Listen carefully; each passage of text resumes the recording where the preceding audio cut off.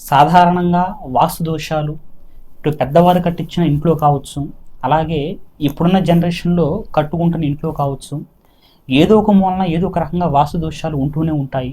అయితే స్తోమత కలిగిన వాళ్ళు మళ్ళీ దాన్ని కట్టుకోవటం, మళ్ళీ దాన్ని పడగొట్టు కట్టుకోవటం, మళ్ళీ దానికి అనుకూలంగా చేస్తూ ఉంటారు. స్తోమత లేనివారు ఇప్పుడు ఎంతోమంది ఎన్ని రకాలుగా పర్ఫెక్ట్గా కడదాం అనుకున్నా సరే ఏదో ఒక రకంగా వాస్తు దోషం అనేది ఖచ్చితంగా ఉంటుంది ఏంటికైనా.